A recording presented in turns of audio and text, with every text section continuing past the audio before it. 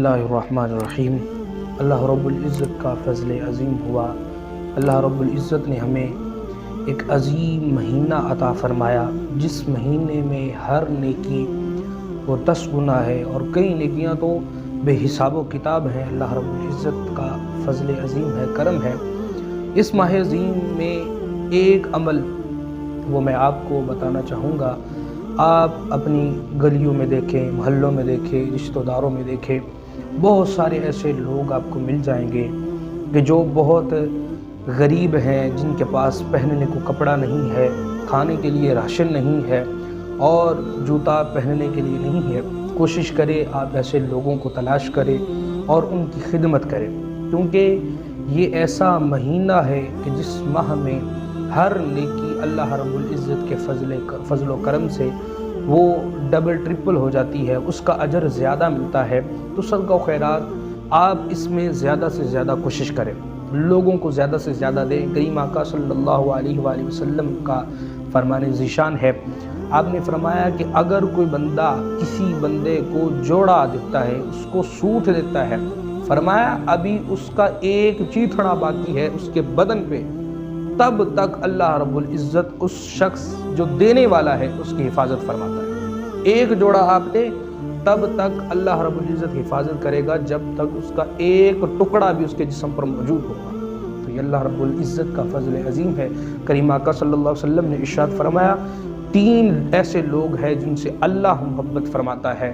فرمایا کہ ایک وہ شخص جو رات کو اٹھ کے اللہ کا کلام پڑھتا ہے، قرآن مجید کی تلاوت کرتا ہے، اللہ اس سے محبت کرتا ہے، وہ چاہے نوافل میں ہو، وہ چاہے تہجد میں ہو، یا پھر وہ ویسے قرآن مجید کی تلاوت کرنے والا ہو، اللہ اس سے محبت فرماتا ہے۔ اور پھر فرمایا دوسرا وہ شخص جس سے اللہ محبت فرماتا ہے وہ شخص ہے جو اس طرح صدقہ کرے کہ دائیں ہاتھ سے دے اور بائیں کو علم ہی نہ ہو۔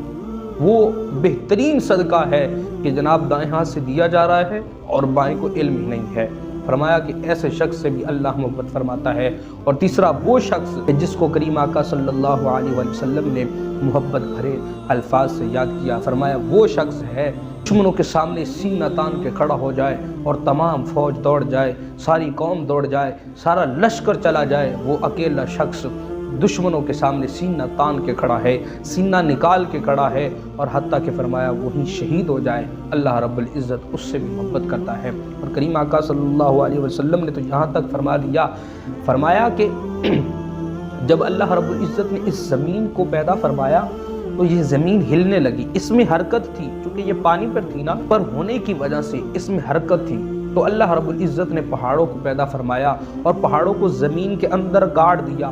جب فرشتوں نے پہاڑوں کی یہ سختی دیکھی تو اللہ کی بارگاہ میں عرض کی، یا باری تعالیٰ کیا پہاڑوں سے بھی زیادہ کوئی تیری مخلوق میں سخت چیز ہے؟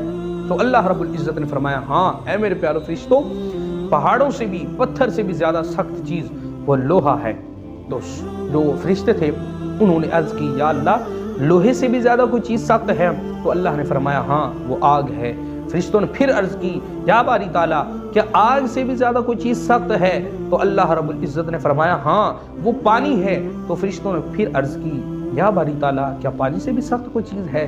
تو اللہ رب العزت نے فرمایا ہاں وہ ہوا ہے۔ پھر عرض کی، یا اللہ کوئی ہوا سے بھی سخت ہے؟